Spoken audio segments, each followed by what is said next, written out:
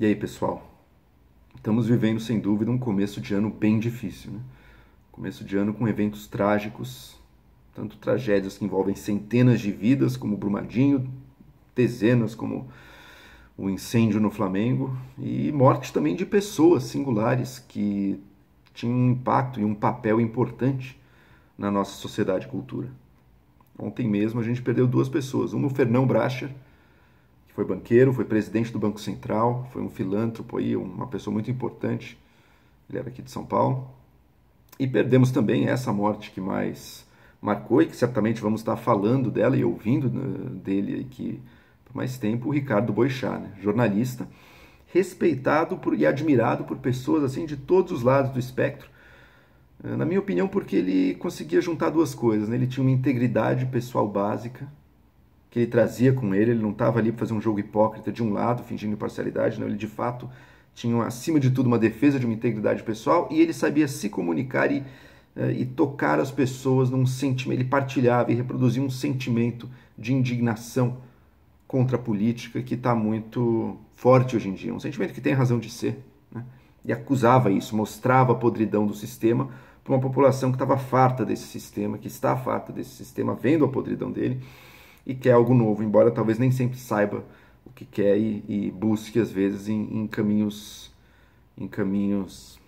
ruins. Mas ele não, ele mantinha a sua integridade e jamais se deixava enganar também, né? Jamais se deixava enganar por todas as pessoas que vinham como se apresentavam e se apresentam como salvadores, a resposta definitiva aos males do país, né? Ele sempre mantinha a sua capacidade de ver o que está errado, de apontar e de dizer sem medo e mostrar a sua opinião.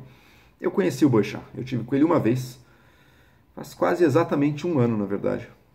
Foi, acho que dia 21 de fevereiro do ano passado, foi num evento de jornalismo da Folha de São Paulo, comemoração do aniversário da Folha, e tivemos um debate ali sobre a imprensa no mundo cada vez mais polarizado. Falamos sobre fake news, sobre influência de fake news e dessas novas tecnologias de informação e de informação falsa no resultado de eleições. Ali o nosso grande exemplo era a eleição do Trump de 2016, né? A gente estava comentando sobre uma eleição brasileira que ainda estava no futuro, né? E eu nunca vou esquecer a participação dele, porque estávamos falando de fake news, eu tinha inclusive falado sobre isso, que era uma coisa relevante, eu não acredito que tenha sido definidor, mas enfim, dei minha fala ali, mas era uma coisa relevante e você tem evidências de que há bastante dinheiro sendo investido para disseminar conteúdo falso, conteúdo que polariza as pessoas, para produzir mais caos e produzir um clima político muito deletério para o país. E o Boechat chegou no estilo característico dele, ele era muito bom na retórica também, sabia ganhar uma audiência, dizendo, olha, o problema, ele disse que ouviu isso de alguém, né? O problema não são as fake news, o problema são as fuck news. O grau de absurdos e de lama que a mídia constantemente está mostrando, não só por invenção, mas por causa da realidade, né? A realidade que se apresenta é uma realidade muito ruim, uma realidade que provoca indignação e que deixa as pessoas desnorteadas ao olharem para ela. E nisso eu tendo a concordar com ele. A gente tinha algumas diferenças ali no sentido da importância ou não, a preocupação ou não que tínhamos com essa capacidade de grupos espalharem notícias falsas, o quanto isso tem que tentar ser combatido ou não. Ele tinha uma visão mais otimista da coisa, ele via esse esfacelamento do velho sistema, ou até da velha mídia, da velha comunicação, como permitindo surgir algo mais íntegro, algo mais sincero, algo mais verdadeiro. Eu entendo o ponto dele, eu também no dia opinei que talvez ele fosse levado um pouco pelo próprio profissionalismo, pela própria ética que ele trazia, que ele trouxe sempre ao longo de sua carreira, conseguindo manter essa posição de alguém que questiona tudo, de alguém que está adotando uma posição antissistema de uma forma bastante consistente, falando com esse sentimento muito forte das massas, mas sem se deixar corromper nunca, em nome de alguma proposta, algum jogo de poder, alguma oferta, qualquer coisa do tipo. Ele nunca se corrompeu por isso. Eu, de alguma maneira, acho que ele também tinha esse otimismo todo com relação aos novos tempos aqui, digamos assim, porque ele meio que projetava esse profissionalismo, essa ética dele muito mais longe. Eu acho que outros participantes desse processo se corrompem e se deixaram corromper e se deixam vender de uma forma muito fácil e que acaba botando em risco e botando em xeque daí os ganhos que você poderia ter com o fim de um velho sistema e que, portanto, das nossas instituições, seja da nossa política, porque eu, nesse debate, inclusive, defendi a posição de que, olha, essa indignação constante que a mídia nos ajudou a produzir, ela gerou um sentimento muito cínico da população com relação à política. Esse sentimento é perigoso. E claro, ali ainda estava muito incipiente a coisa. O Bolsonaro já era líder, né, já era forte, mas ainda assim a eleição estava distante. Mas que essa avalanche de PSL, por exemplo, que a gente viu agora, essa chegada de diversos deputados aí novatos, amadores, sem nenhuma experiência, que talvez sejam, em muitos sentidos, mesmo do ponto de vista ético, piores do que estava aí antes, isso ainda não tinha chegado com força. E o Boixá meio que adotou o contrário e apontou com verdade, eu reconheço também, que olha, não é que a imprensa gerou essa indignação, é porque a política realmente está uma coisa podre e merece ser apontada. E de fato, também não questiono esse ponto dele, acho que ele tinha razão sim. Perspectivas um pouco diferentes aí, acho que foi rica a troca que a gente teve, eu só trago isso como uma memória que eu tenho dele, do momento que a gente interagiu ali, e sem dúvida nenhuma é alguém que vai fazer falta. Alguém que soube dar a voz com ética e com responsabilidade profissional, soube dar voz para um sentimento muito forte da população que tem hoje em dia. O sentimento de revolta profunda contra todo um sistema que tem se mostrado, no mínimo, para ser eufemístico, decepcionante, que não tem entregue aquilo que promete. Seja o sistema político, e com toda a corrupção que a gente viu, se desvirtuando completamente, sejam as velhas formas de comunicação, sejam todas as instituições que compunham, digamos, o modo como as coisas são. E a gente vive um período que está tentando, de alguma maneira, rejeitar tudo isso e trazer o novo. Só que se feito de forma imprudente, pode também botar tudo a perder.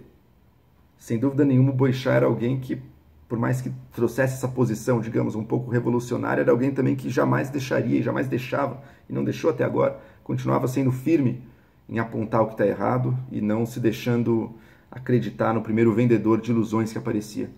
Era uma voz, portanto, que conseguia conciliar ao mesmo tempo partilhar do sentimento de revolta da população e outro, não se deixar levar, não ser ingênuo, não se deixar enganar pelos primeiros falastrões e charlatães que chegassem vendendo soluções e vendessem o novo pela frente. Então é uma voz que sem dúvida nenhuma fará falta.